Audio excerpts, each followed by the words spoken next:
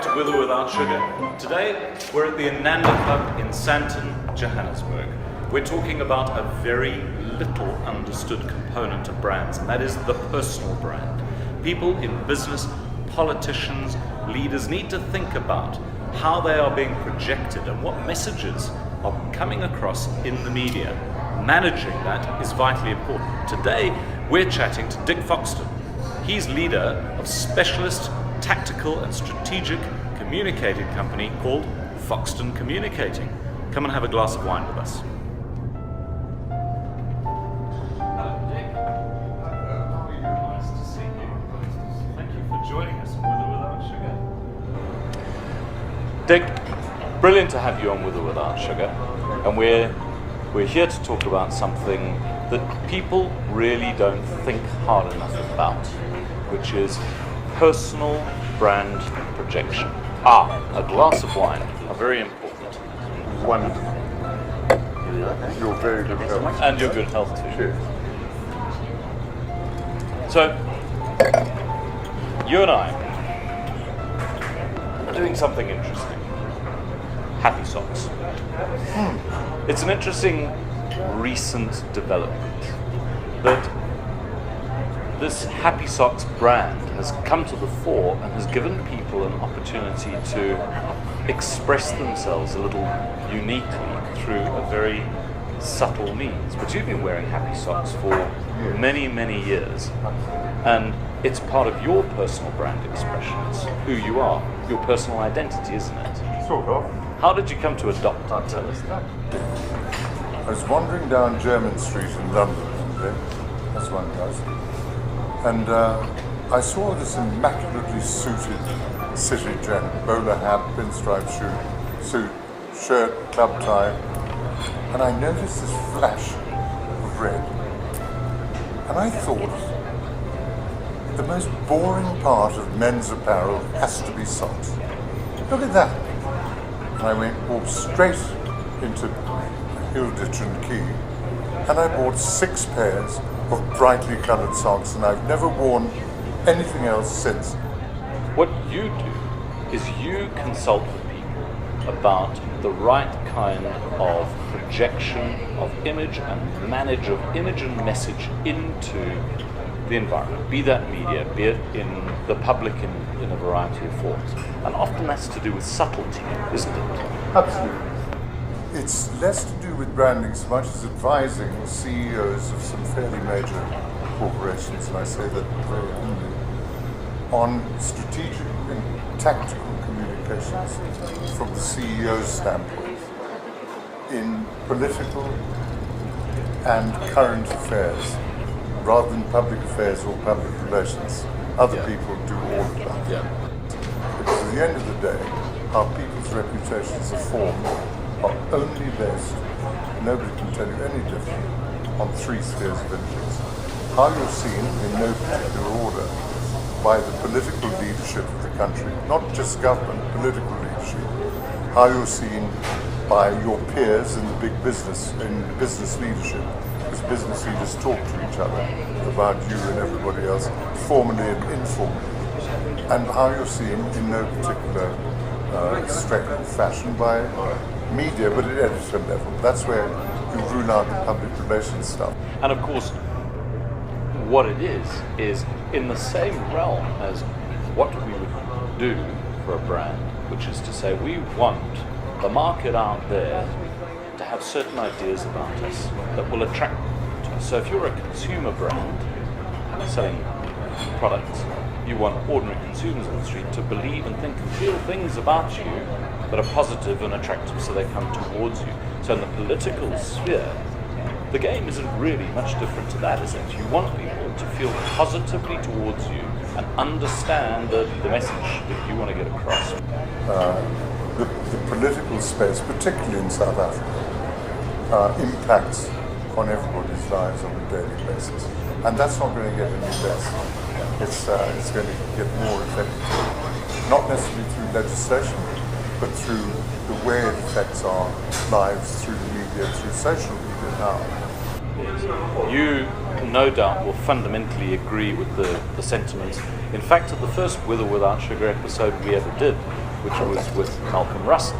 And Malcolm's whole point in his Face the Media program is, or one of the strongest points, is about owning the message and managing the message, not allowing the message to be owned or managed outside of your control, whether it be in the media or the public environment. And presumably that's very central to your communication principle. Make sure you're managing the message. Absolutely. You see, that's to do with involuntary publicity. In other words, things that you can't plan for, things that happen spontaneously. Things like crisis communications coming in. You cannot foresee, to the most extreme, a political assassination, for example. Yeah. But I mean, or any other crisis of that sort.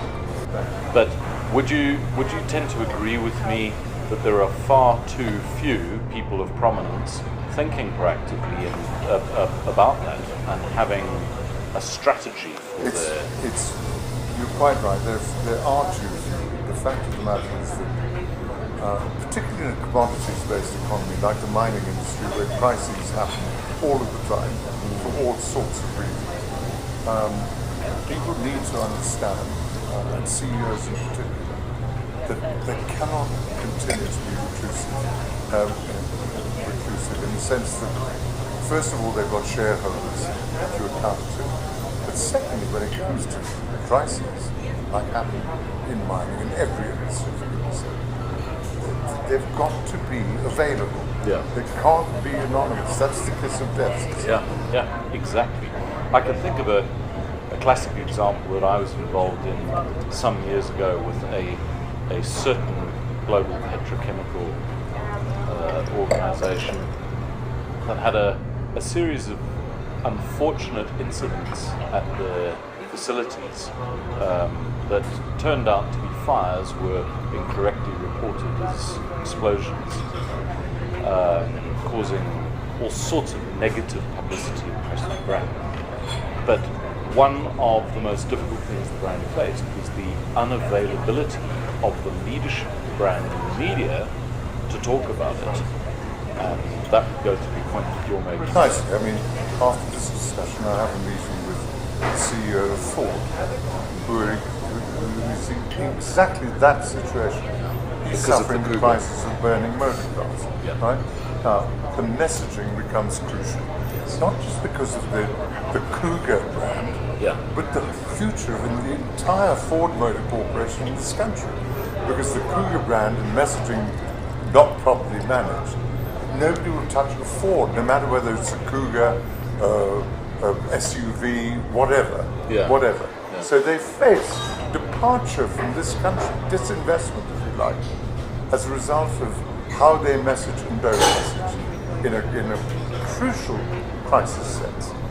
What was it, 2-3 weeks ago, they took a full-page advertisement in the Sunday Times with a personal message from the CEO, which was designed to say, we know, we care, we're thinking about it, we're doing things about it, expect to hear from us soon. That was sort of a hierarchy of messaging that you got out of that. Presumably that's the sort of thing you were advising to steps to take. Yes, at the time I did not advise the CEO to do it via full-page ads because I tend to think that full-page ads tend to question your credibility. They're paying to be heard of what they want to say, if you like. Hypothetical question. If you were the advisor to Donald Trump right now, what would be the key piece of advice you'd be giving him? I would say to him, allow yourself to be impeached now. So now, put yourself, if you can, to the other side of the equation. He's paying you $1 billion to say, make me look the best I can whilst I'm in office.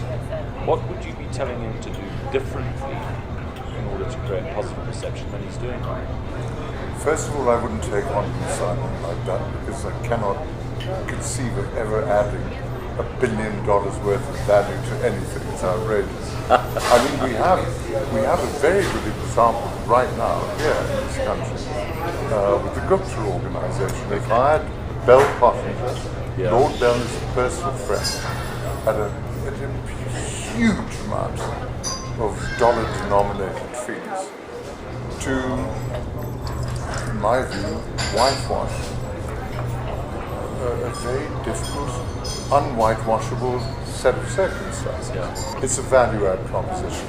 I charge my fees according to the belief that the value-add thing has to be to do with adding 10 rands of value to every 1 rand that I charge, if I can possibly do that. Reputation points. Obviously, I'm not going to ask you about Donald Trump's reputation. I think we all know where you stand on that. Of the political leaders around the world, who do you say has the most positive and powerful reputation? I thought Barack Obama had an impeccable, whatever his critics, look at his immediate successor and the change of status, standing, reputation, the whole gravitas factor. Interestingly enough, what I've noticed about Herman Mashaba since he took over as Joburg mayor, he's always been a strong communicator, but he's really taken up the active communication principles of Twitter, Facebook, social media. One wonders whether he has borrowed that from Barack Obama's lead. He's a daily communicator of principles, ideas, responses to issues. Presumably, these are the sorts of things that you're advising your. Shaba's an interesting man. I've known him for some time, but more as a business leader than an elected, servant of the people. And it's important, more so than the presidency or any of those things, in the mayor's situation, because that's the townsfolk that are your spheres of it. That's where that's what you've got to reach. And I think Herman Lessing didn't get that immediately to start with, because without me having any political party affiliations at all, Parks Tau, technically as a mayor, was a very, very good mayor indeed. And you could see that he'd done that kind of thing for a while. Yes. Herman Mashaba had to readjust almost to that thing, but that whole position. But his use social media particularly very effective. One of my favourite statements I've ever heard made was, your brand is what people say about you when you've left the room.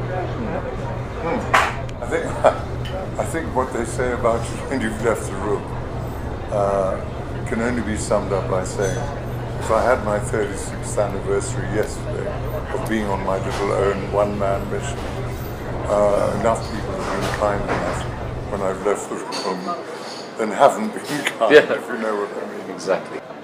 So Dick, thank you for the wonderful insights that you've given us in this chat. It's been fantastic engaging with you here in this fantastic setting. We'll see you soon. We'll see you next time on With or Without Sugar. Cheers.